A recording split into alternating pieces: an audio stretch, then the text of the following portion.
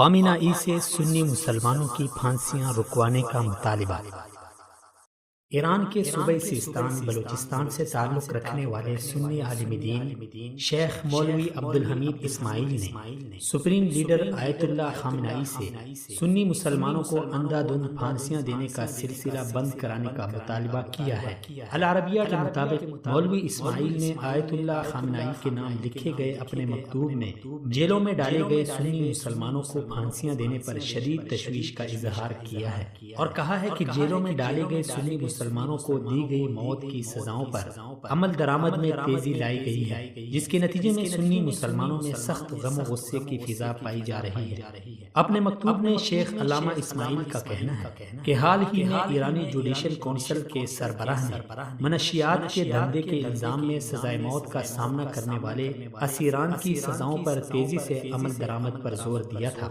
دوسری جانب انسانی حقوق کی تنظیموں نے ایران میں پھانسی کی سزاؤں کی شدید مذمت کرتے ہوئے سنگین سزاؤں پر شدید تشویش کا اظہار کیا ہے۔ انسانی حقوق کے گروپوں کا کہنا ہے کہ صوبہ بلوچستان کے سنی مسلمانوں کے ممنوعہ اشیاء کے دندوں میں ملوث ہونے کی بنیادی وجہ غربت اور بنیادی حقوق سے محرومی ہے۔ ایرانی حکومت بلوچ عوام کو ان کے حقوق فراہم کرنے کی بجائے انہیں محروم رکھنے، ان کے حقوق کا استحصال کرنے اور معمولی جرائم کے الزامات کے تحت سنی مسلمانوں کی نسل کشی کر رہی ہے۔ ایران کے فارسی نیوز کے مطابق حالیہ کچھ عرصے کے دوران ایران کے بعض قائم جیلوں میں سنی مسلمانوں کی پھانسیوں میں اجلت جوڈیشل کونسل کے چیئرمین کی خفیہ ہدایات پر عمل درآمد کا واضح ثبوت ہے۔ سنی عالم دین شیخ عبدالحمید اسماعیل نے سپریم لیڈر آیت اللہ خامنہ ای سے اپیل کی ہے کہ وہ سنی مسلمانوں کو پھانسیاں دینے سے روکنے کے لیے مداخلت کرے۔ سپریم لیڈر کے نام بھیجے گئے مکتوب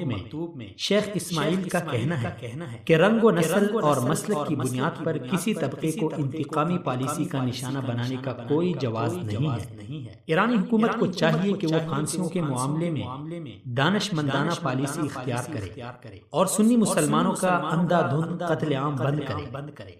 خیال رہے کہ ایرانی صوبہ بلوچستان کے سنی عالم دین شیخ عبدالحمید اسماعیل کو ایرانی حکومت کا سخت ناقد سمجھا جاتا ہے۔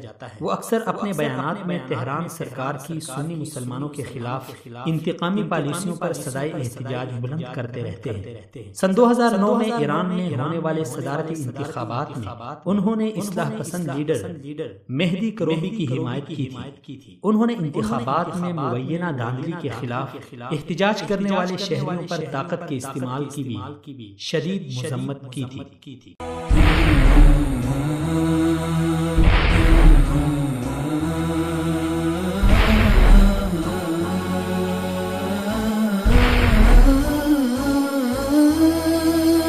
مثال اردو، سچ کا چہرہ۔